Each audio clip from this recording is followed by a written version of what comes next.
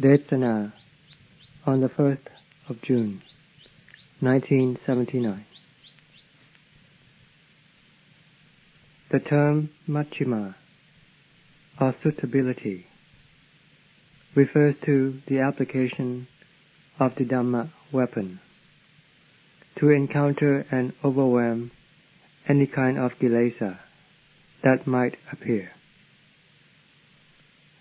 When the strength of this Dhamma weapon matches the strength of the Kilesas, then one can withstand them. But there is still the possibility of the Kilesas overwhelming and defeating us.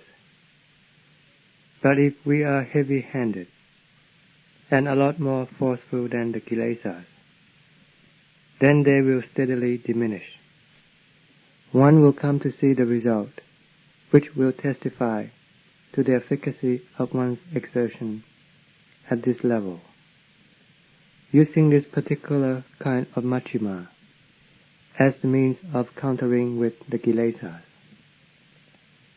one will now take up this particular method of practice as the means of treading the path in the future. One must steadily and constantly be doing the work of the suppressing and eradicating of the Kilesas. When the Kilesas become steadily weakened, the application of the Majjhima Dhamma will be automatically adjusted to the intensity of the Kilesas. When the Kilesas are violent and vehement, then the Majjhima must be equally forceful and vigorous. One must really stand on one's ground and fight to the death. One must not retreat one step or back down. One must not abandon or let go of one's Sati and Panya, which is the foremost and the principal weapon, such as during the time when Dukkha Vedana appears within the body due to sitting for a long time. There will be a lot of pain in the various parts of the body, which becomes more intense and severe. It will yield no result or benefit if we merely endure this Dukkha Vedana. We must use our endurance and perseverance in our contention and in our struggle. We have to investigate with Sati and Panya. Panya will have to dig and search, probe and analyze for the truth of the Dukkha Vedana that is appearing at that time, by constantly having Sati controlling and directing the work of Panya. Both of these factors must be relentlessly performing their work. One has to investigate to see where this Vedana arises. It will be unavoidable that there will be the presumption and assumption that Vedana arises from any one particular part of the body. For instance, at the knee, or round the waist, or at the bottom, or at the thighs around the pelvis, or at any other particular part. Whichever part seems to be most profoundly affected by this Dukkha Vedana is where we have to focus our Sati and Panya. One has to examine and find out what the cause of this Dukkha Vedana is, which is appearing at this point. What is it that is being afflicted with dukkha? Is it the flesh? Or is it the skin? Or the sinews?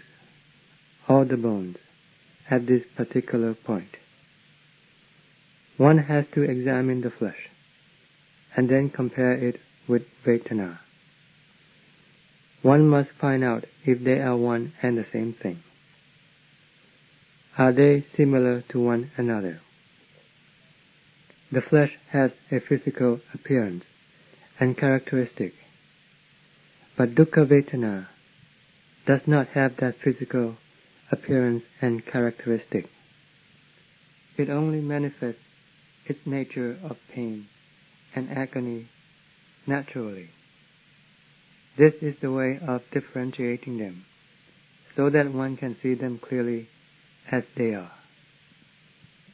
This work of differentiating must depend on Sati to do the directing and the concentrating on the work of Panya.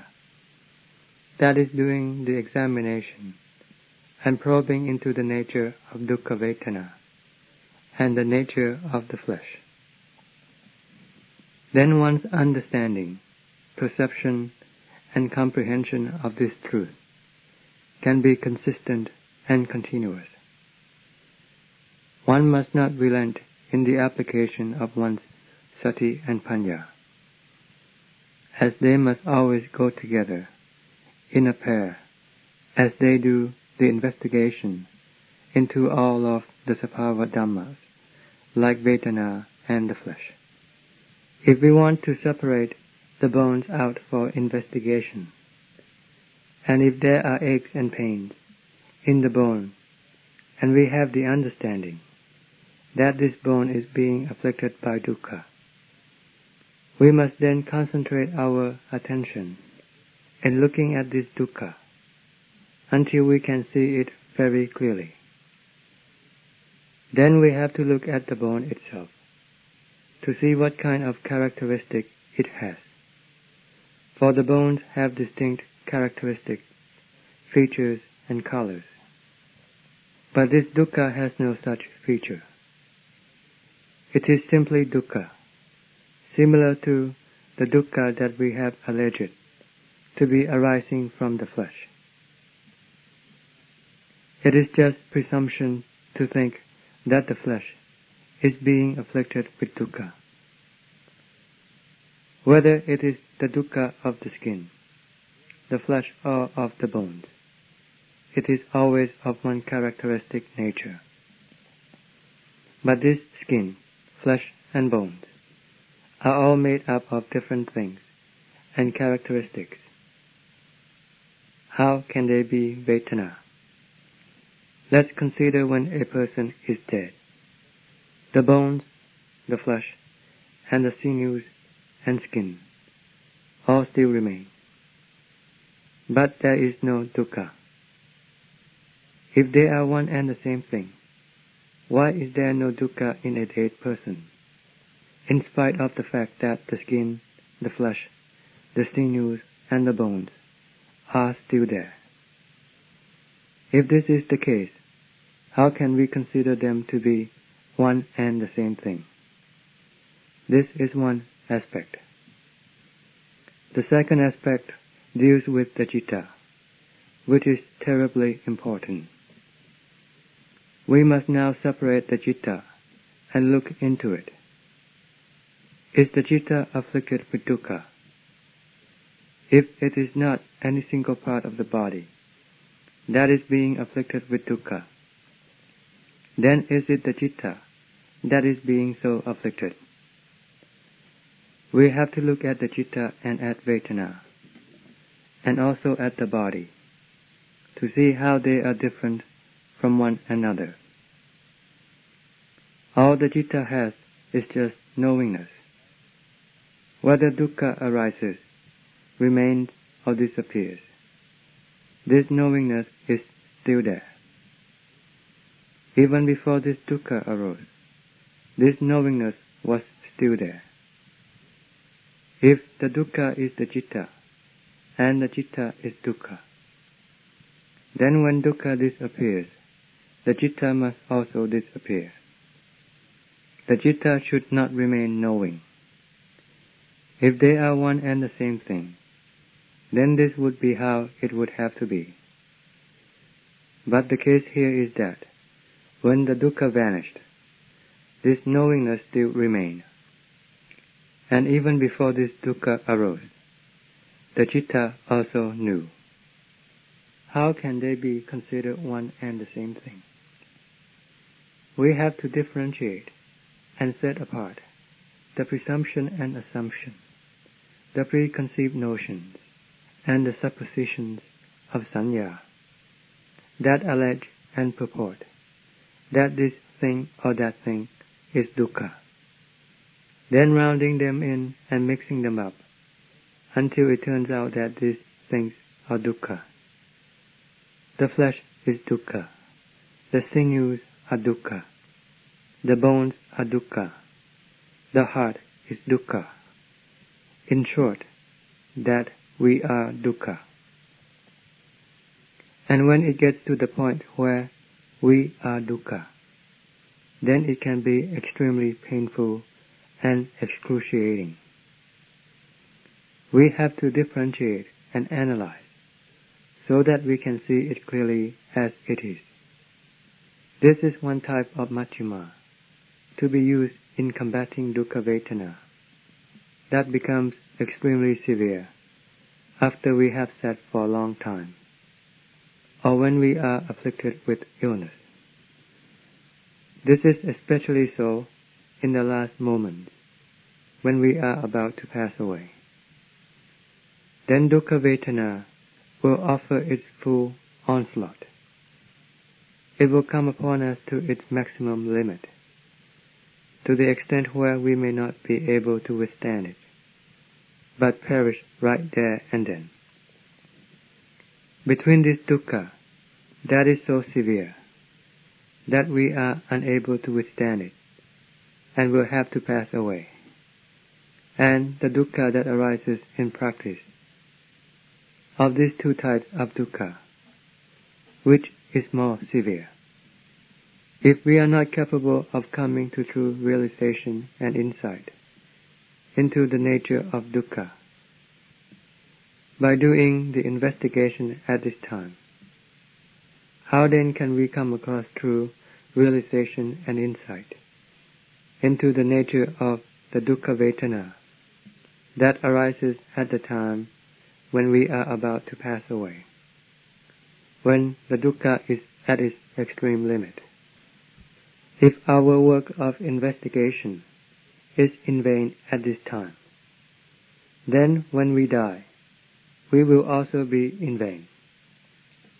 We will never be able to come up with any essence or substance to hold on to as our basis. But if we have investigated and come to true realization and insight into the nature of the Dukkha Vedana that appears,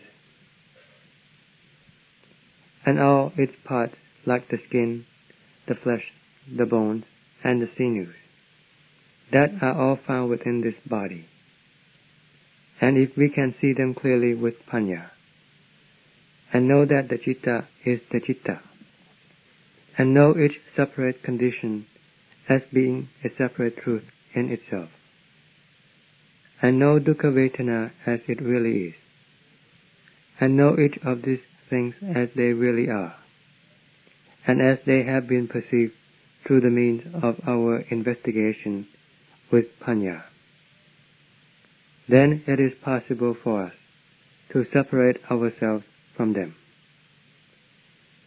Even if the dukkha doesn't come to cease and disappear, it will not be able to disturb and agitate the heart, or give the heart confusion and trouble. We can then remain at ease and comfortable. We will remain bold and courageous. We will remain with a shield protecting our heart. Each of these things are real. When they are each real, then they do not disturb one another. The body is merely the body. The Vedana is merely the Vedana. And the citta is merely the citta. They each are real. And this is how I myself was able to perceive them with sati and panya. This is one category of Majjhima that we will have to apply in our practice. When the Kilesas, tanha, and asava, and raga tanha are becoming very violent. Then we will have to apply the means that is equally forceful and strong. We have to counter them with their opposites. We have to bring in the nimitta of asubha. We have to take the picture that is very pleasant and beautiful in front of us, and then we have to establish it to break down, decompose, and establish it so that it becomes bloated, becomes rotten, and then decomposes. Then being devoured by vultures, crows, and dogs, right in front of us. How then can there be any desire or infatuation? This is the way of the Majjhima. This is how you will have to understand it. You have to come up with a tool that is suitable for the different kinds of kilesa that exhibit themselves. No matter how vehement and violent, or how subtle they might be, we have to come up with the corresponding tools that can catch up with them, or else we will never be able to achieve our purpose. It is the same way with asubha. We have to do it in such a way that we can really catch up with the kilesas. We have to get to see them clearly within our hearts. We have to overwhelm and counter each different kind of kilesa with the corresponding kind of Majjhima. Then we will be able to live in peace and happiness. The Dhamma teaching of the Lord Buddha, which we call the Majjhima, is of many different levels or categories. When we have established bases within ourselves, then the Majjhima Patipada that we have utilized will now have to vary to suit the various kinds of kilesas that still exist, and which are far more subtle, until this Majjhima becomes flowing constantly, day and night, due to the work of the constant investigation. And when the kilesas become more subtle, then panya will also become correspondingly more subtle. The things that will be capable of catching up with the kilesas are sati and panya. However, the kilesas manifest themselves. Sati and panya will always be able to catch up with them and be capable of outwitting them. You have to apply this sati and panya, and you have to really investigate, doing it thoroughly. Don't remain idle, doing nothing. Don't be weak or discouraged. Don't project difficulties into the future. Don't think that in the future it will be very hard to do the practice. If we want to think, then we should think that the kilesas will always be menacing and trampling over our heart in every form of existence that we will take up. This will go on ceaselessly if we cannot find a way of correcting them. They will be the ruler of the heart and subject it to take up birth in the various forms of existence, following the karma that we have made in the past. We are being totally useless in allowing the kilesas to manage and damage ourselves. If we are going to think about the future, this is how we are going to have to think. It is only the present that is of any importance. We have to try to set up ourselves and be able to stand our ground and set up our resolve. We must not back down. The Lord Buddha had vouched for the efficacy and result of all the Dhamma that he laid down for us. He was the first one to cultivate this Dhamma, and was able to attain to the fruit, going up steadily to the state of illumination, the state of Buddha, the state of purity, due to the influence of this Dhamma. The Lord had verified and tested this Dhamma before expounding it to us. So how can this Dhamma go off the mark? The Kilesas can never surpass this Dhamma. Every kind of Dhamma surpasses the Kilesas. Every kind of Dhamma outstrips every kind of Kilesa. If we apply the Dhamma so that it is suitable to each different type of Kilesa, then it is certain that we will be able to stamp out and overcome every kind of Kilesa. This is the fundamental principle that we have to think of and apply in our practice. We have to exert ourselves and be very vigorous and enterprising. We should not see anything to be more valuable than Dhamma, to the extent of being obsessed and engrossed in it, as being more valuable than the state of deliverance from the Kilesas and asavas, which oppress the heart. This is a crucial point. To be totally free of all kinds of Kilesas is the happiness which we should aspire for, as this is the everlasting happiness. It is the happiness that is totally independent of time, the happiness that lasts forever. You have to set up your hearts and concentrate in your investigation. I teach my fellows in Dhamma wholeheartedly and with pure intention. I have not kept anything secret from you. I teach and bring to light the various means and methods in coping, conquering, and overcoming those influences that are inimical and antagonistic to the heart, from my personal and practical experience. I illustrate and point out all the facts and know-how of practice. Try to strive and set your heart into the practice. You must not relent in your exertion. Sati is terribly important. You must always try to maintain your sati. Don't be careless or unmindful. But when we come to association and involvement with one another, the tendency is for us to be absent-minded and to lose our guard.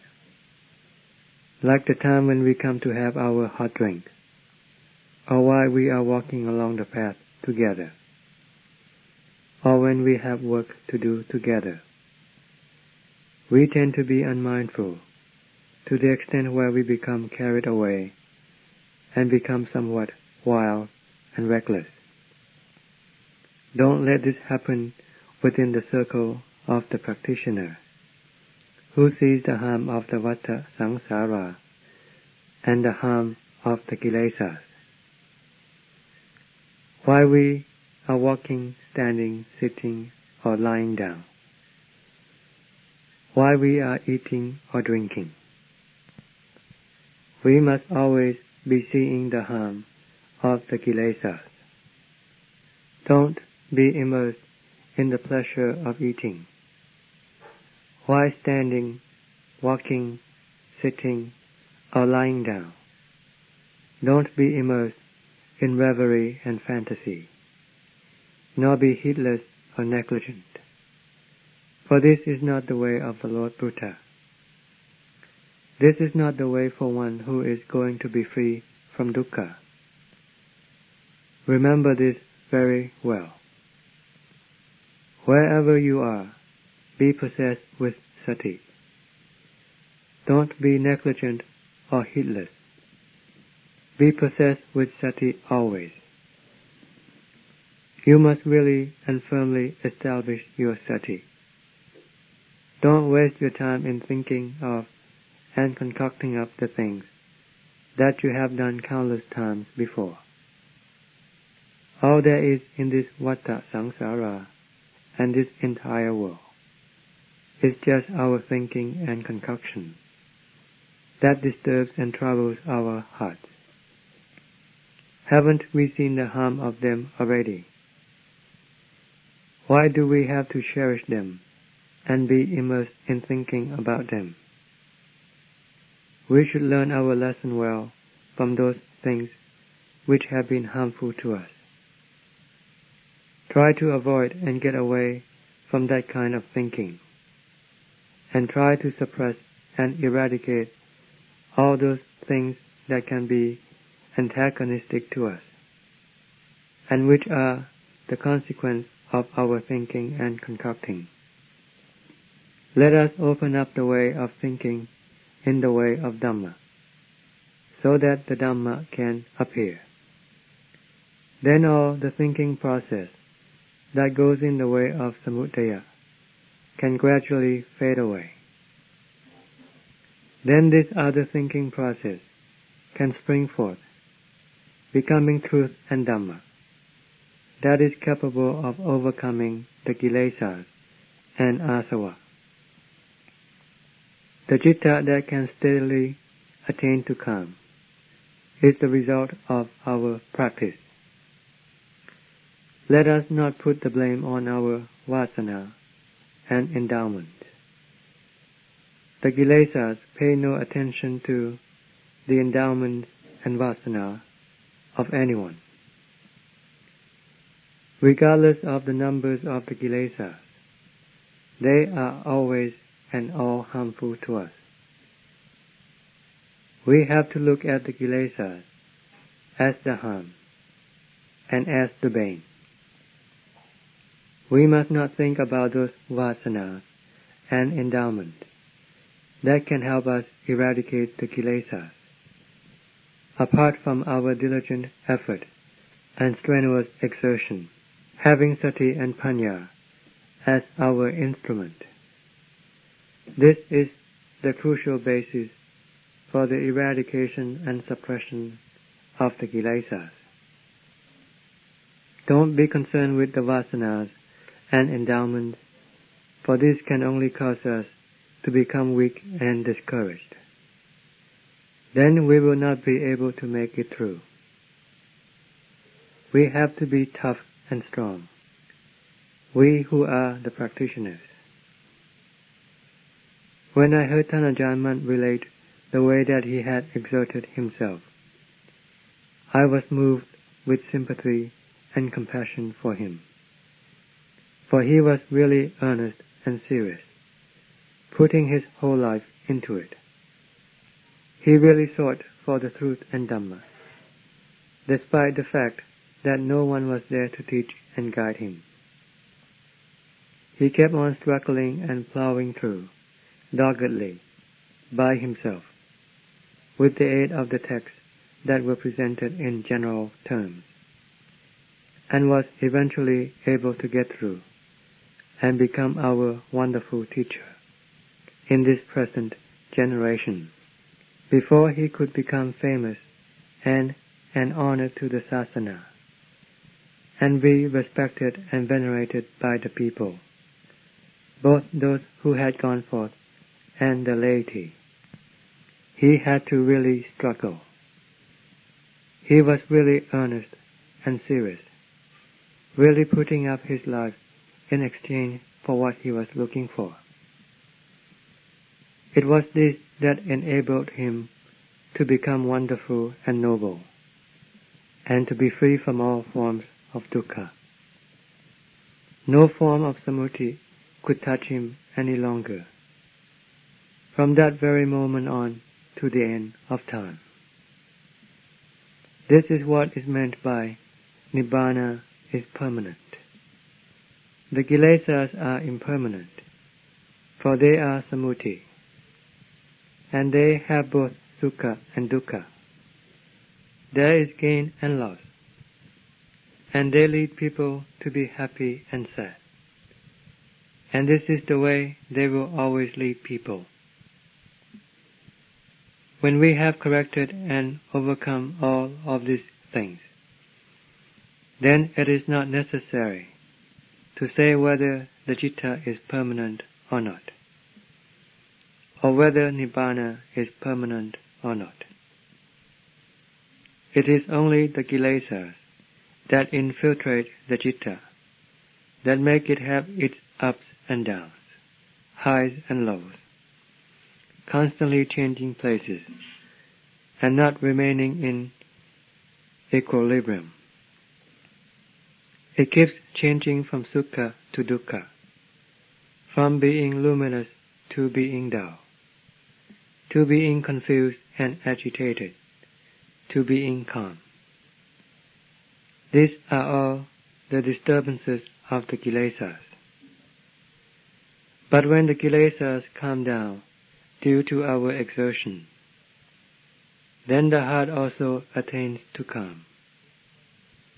If our exertion becomes more intense, then our kilesas will get calmer and calmer. And when we can overcome any particular kind of kilesa, then that particular kilesa will disappear, and we will keep on overcoming and getting rid of every single kind of kilesa, until there isn't a single one left within the heart. We will then not have to go and look for any happiness anywhere else. We can see very clearly that the reason that we cannot find any happiness is because of the kilesas that obstruct us, that pressurize and oppress us with affliction and dukkha. We have to shoulder the burden of this dukkha constantly, all of the time, in all the various forms of existence, right on up to the present one. But when we are totally free from this oppression of the kilesas, and they have been totally vanquished from the heart, then it is not necessary to ask about the equilibrium of the citta, the akalika citta, or the akalika dhamma, the timeless citta, or the timeless dhamma, or the Dhammo Padipo, the radiance of Dhamma, that is constant and unchanging. We don't have to ask about these things, for they will be found within everyone.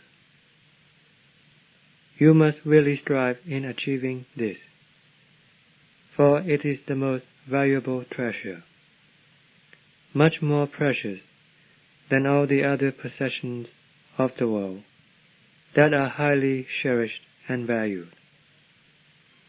But there is also tremendous greed for them, a great desire to acquire them. Although one might already have these things, one still wants more of them. This is the way of lopa, the ambition for power and influence is also the work of the kilesas. Greed or lopa is the work of the kilesas. Hatred is the work of the kilesas. Delusion is the work of the kilesas, as well as the confusion and trouble of both the body and the heart. They are all the work of the kilesas. They are not the work of Dhamma. Although it might have to go through dukkha, the work of Dhamma is the work for happiness. This dukkha is the investment capital. The sukha is the profit that arises therefrom. This is not just simply going through the type of dukkha that is damaging and menacing without there being any reward. Like the way the Kilesas destroy people. This is the difference. This is how they differ. When we strive in our exertion, if there is dukkha, then let us face it. So long as the results are steadily forthcoming, and the heart is becoming blissful and joyful, until we arrive at perfection, then all of our burdens will be shed off.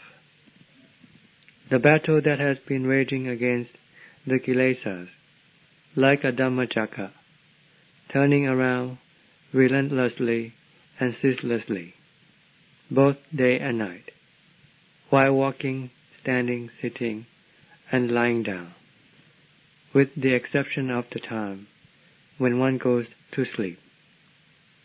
So intense will the contention with the Kilesa have been, will immediately come to cease when all of our enemies have been totally vanquished.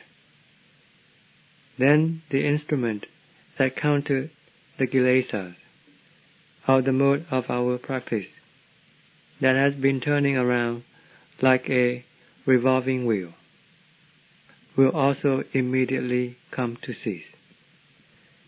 This is because all of the opposition and all of the enemies that one has been contending with have all totally disappeared.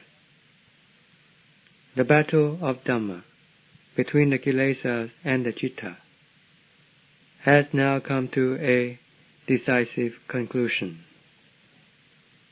One has now attained to victory.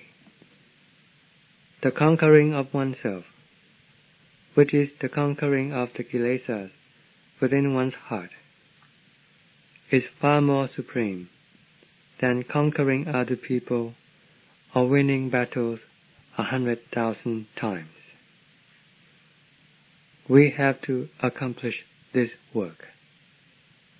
End of Desana.